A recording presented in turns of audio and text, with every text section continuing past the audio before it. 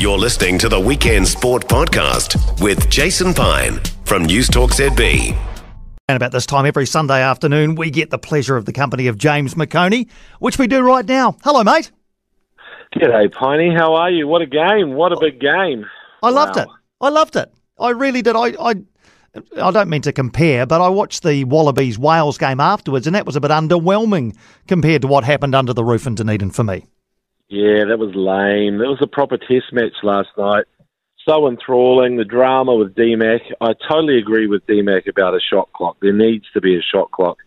But also, I'm just wondering whether, and I don't blame him for smiling. I know it's triggering for some people to see an All Black smiling, but maybe he can't do a full-blown smile. Maybe it needs to be like a Mona Lisa smile, just a smirk.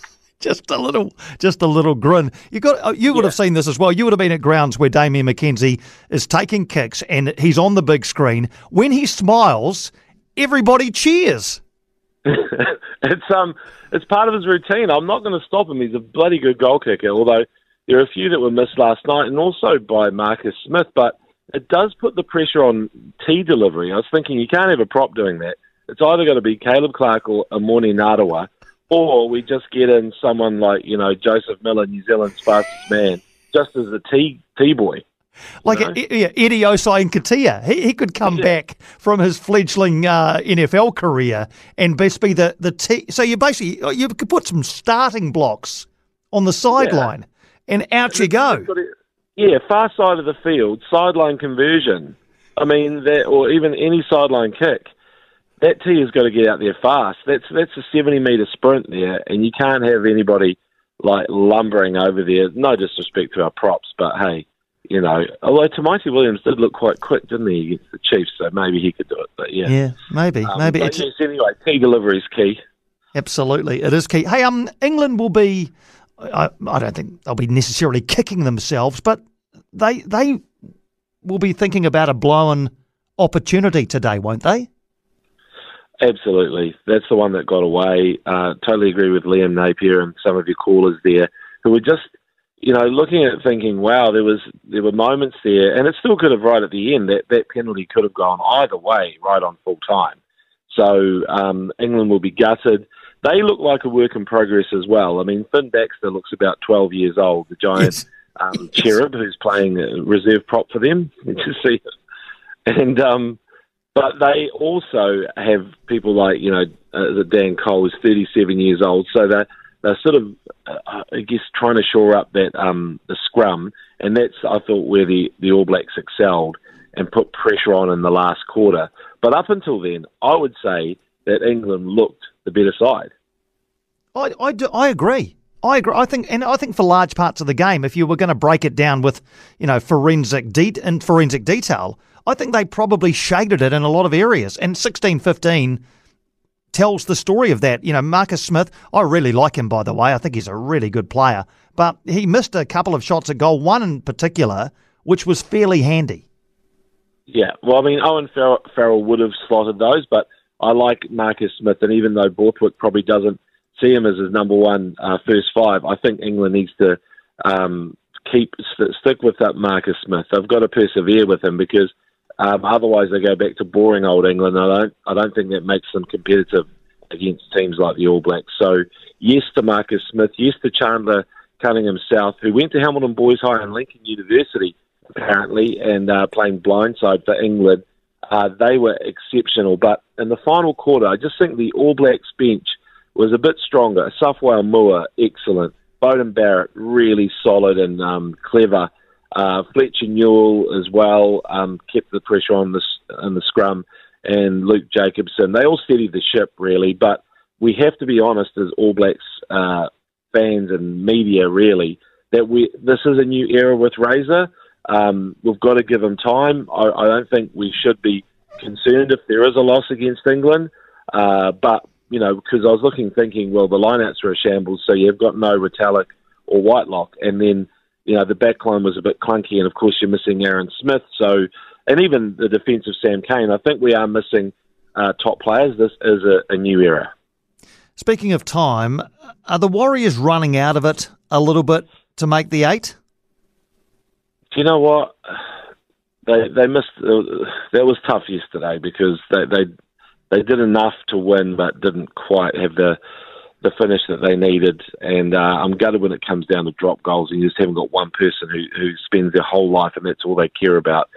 But I was so excited to see Leka Halasima, the 18-year-old from Tonga, normally a forward, second row, sometimes front row, playing in the centres. Did you see him, Piney? I did. I did. I've watched. I didn't watch the entire game. I was getting ready for the rugby, but I've watched some highlights, and yeah, I love it when you see a guy you've never heard of really, and they seize their chance.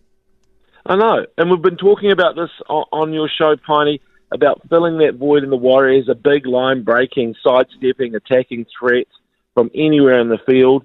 And when I say, sidestepping as well, I mean, like, not just a person who can change direction quickly. I mean, like, he feigned one way, dipped his shoulder, basically broke the defender's ankles, as they say, sat that bulldog on his bum. And I was just like, I'm not prone to going off. I know I am. I am prone to going off at the deep end. But I'm saying right now, Piney, a star is born. And to quote Lady Gaga, it's like, tell me something, boy. Are you trying hard to fill that void? And you almost scored. You're the center we've been looking for. You know what I'm saying? I know. Well, I do, and I love the way you've articulated yourself through song. Can I just ask you about the Euro? It's exciting to see. It is. It is. Yeah. I got up. I set my alarm this morning to get up to watch England play Switzerland in the Euros. England won on penalties, which actually hasn't always been the case.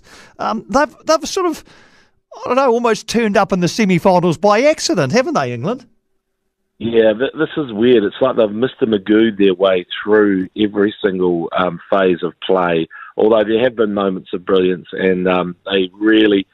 Gareth Southgate owes a lot to Jude Bellingham for the overhead in the previous game and then the overhead kick. And then now he's got Bukayo Saka, who's kind of like been trying as much as he can to sort of do something with his England team. I saw him make one run and he crossed it into the area, and Harry Kane was nowhere to be seen. Did you see that, Piney? I did. That is weird to me. There's something wrong with this England team, but they're in the semis. They're going to play the Dutch, and they're probably lucky that they are playing them because I think Spain look really good. Yeah, they're a little bit annoying and they dive all over the place, but so does everybody.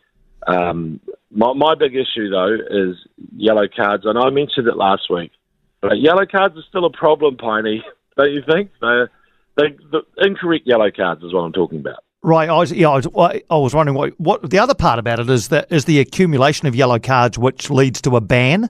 And if you get a couple in the Euros, I think because normally they wipe the slate clean after the group stages. You say, okay, you can get 2 in the group stages, but then everyone goes back to 0 in the knockout stages. I think they've included the quarterfinals in the accumulation of yellow cards at the Euros.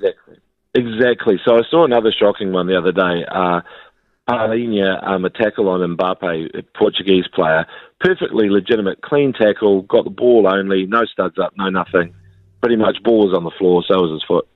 That was a yellow card, and he was going to miss the next game if Portugal had gone through, and you're not allowed to appeal yellow cards. So there's a massive problem in football at the moment with the adjudicating, and even under the VAR, it feels like they're getting way more stuff wrong than they used to. So there was a handball in the Spain-Germany game that I'm sure I've seen that kind of handball. This is a shot on target, by the way, not just out in the far reaches of the penalty box.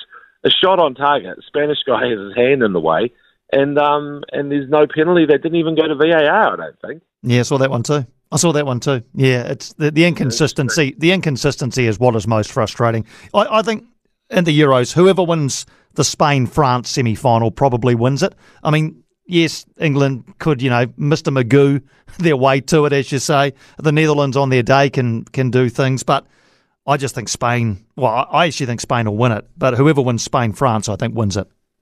Yeah, I totally agree with you, mate. And France looking quite dodgy. And is it a case when you know you've probably got extra time that you hold back your stars? And Mbappe looks uncomfortable in his mask.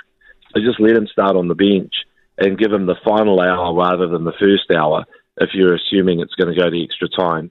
And I'd even say the same with Griezmann. The team looks better with him out there, but then he can only really last an hour in those conditions. So anyway, it's something for Deschamps to think about. But also, just as well, I think it's great. Let's applaud Razor for his first win and just say the Blues WhatsApp group, it would have been pinging off last night when the All Blacks were in trouble with support for Hoskins.